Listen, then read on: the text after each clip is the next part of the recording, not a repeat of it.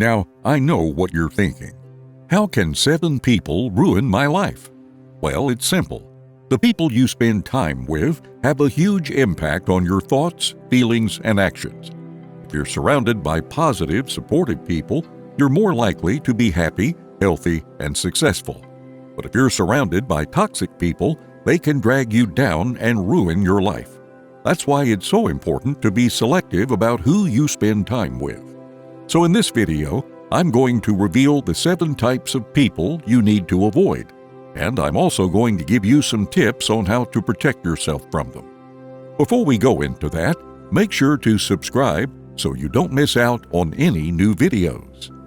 First, there's the complainer, the one who always finds fault, whether it's the weather, their job, or even restaurant food. Dealing with them can be draining. Stoicism teaches us to focus on solutions. Imagine working with a perpetual complainer. It affects team morale, sidetracks you, and can make you disenchanted with life. So how does Stoicism help? Limit exposure to them.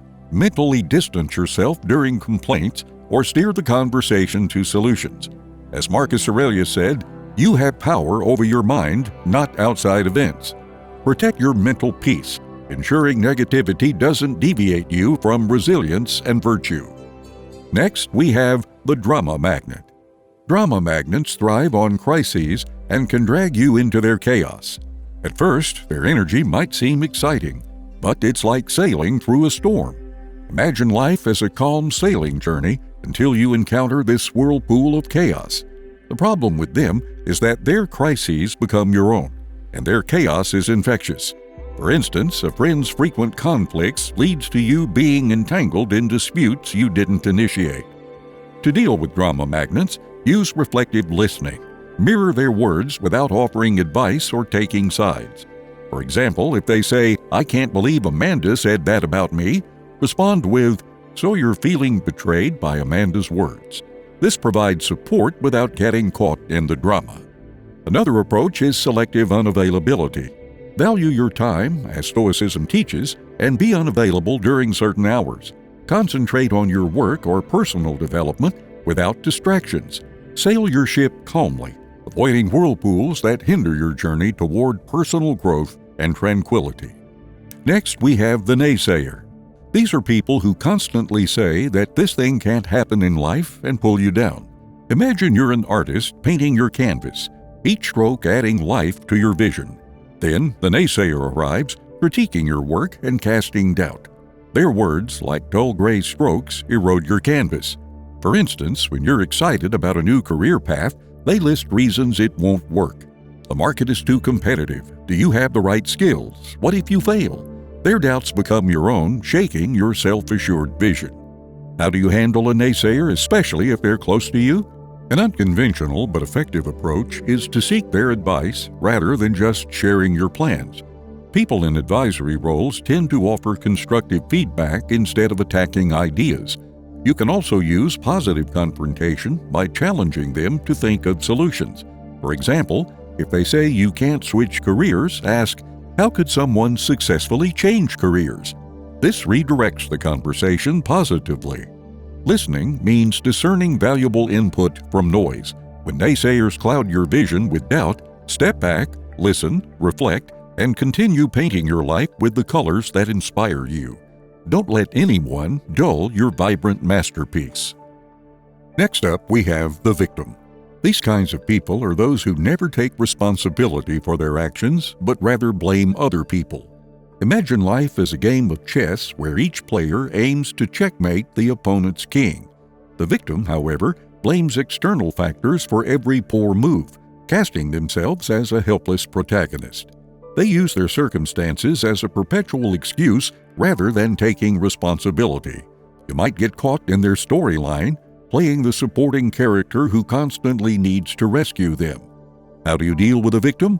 Stoics would advise setting boundaries to protect your mental state. Practice compassionate detachment.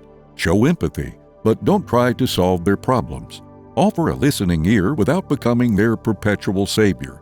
Avoid being sucked into the victim's narrative and control your game board. In life's chess game, being a checkmate is often a choice, not fate. Move your pieces forward. make strategic sacrifices, and play for growth and wisdom, not revenge or pity. Next, we have the toxic positivist, always radiating positivity but disregarding life's complexities. They encourage you to just be happy during tough times, dismissing your feelings. Imagine your life as a garden with both flowers and weeds. The toxic positivist insists on ignoring the weeds, promoting excessive positivity that can leave you feeling invalidated. For instance, during a breakup, their advice is to just smile and be happy. To deal with them, engage in a discussion that acknowledges both light and shadow.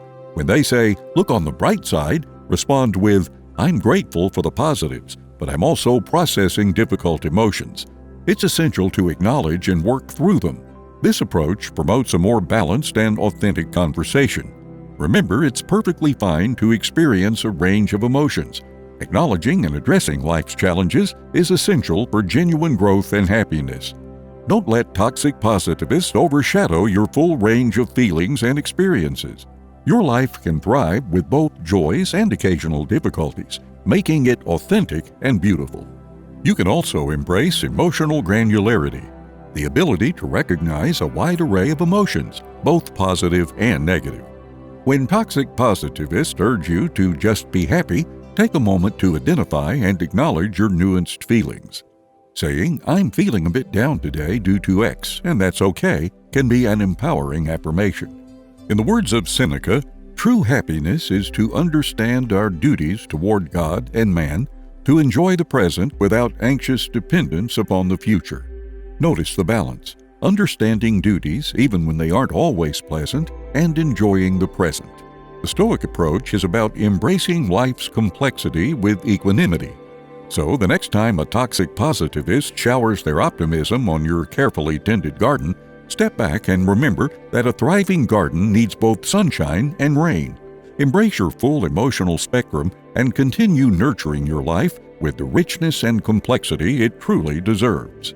The next person to avoid is the manipulator. The manipulator is adept at emotional and psychological manipulation. They employ flattery, guilt-tripping, or deceit to steer situations in their favor.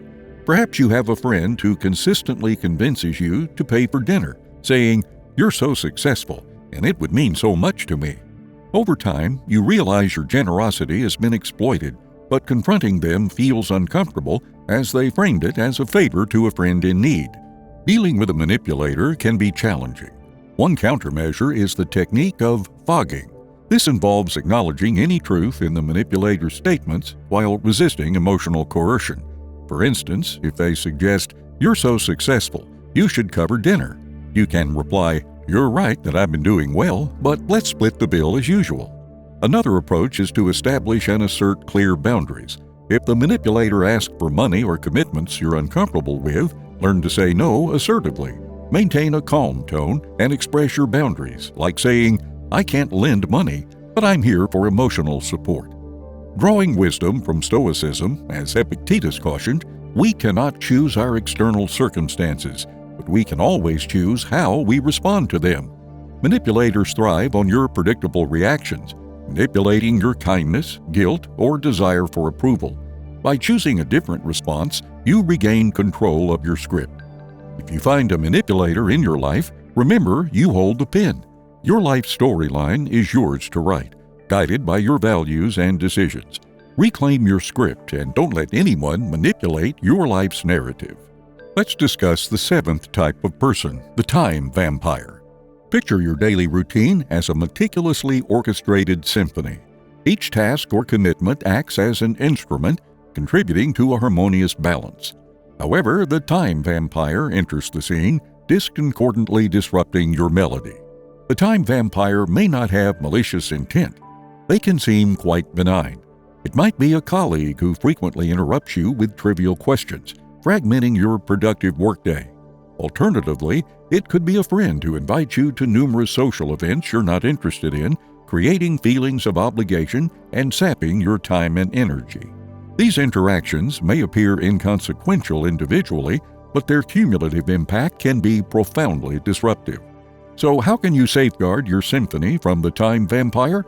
One effective strategy is the Pomodoro technique, a time management method that involves dividing your work into intervals, typically 25 minutes, with clearly defined boundaries to shield your most productive times from being whittled away.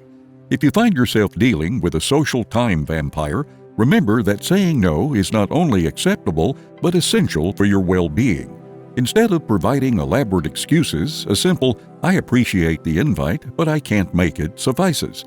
Declining an invitation isn't a rejection of the person, it's an affirmation of your own needs and priorities. In the words of Seneca, life, if well lived, is long enough. Stoicism emphasizes that time is one of our most precious resources, one to be allocated wisely. It serves as the canvas on which we paint the portrait of our lives, and we must be highly selective about who and what deserves a stroke of our brush. In the grand composition of your life, ensure that each note, instrument, and melody align with your greater purpose. Don't let the disruptive intrusion of a time vampire throw your symphony into disarray. Hold the baton firmly and conduct your life with purpose, ensuring every moment contributes to your harmonious masterpiece. As we conclude today's exploration of characters that can hinder our path to Stoic resilience and wisdom, let's not forget the importance of self-awareness. While it's easy to spot these types in others, it's more challenging and enlightening to examine our own behavior. Are you unintentionally playing one of these roles in someone else's life? Remember, Stoicism isn't just about navigating the world, it's also about understanding and improving ourselves. And please do subscribe and watch the next video.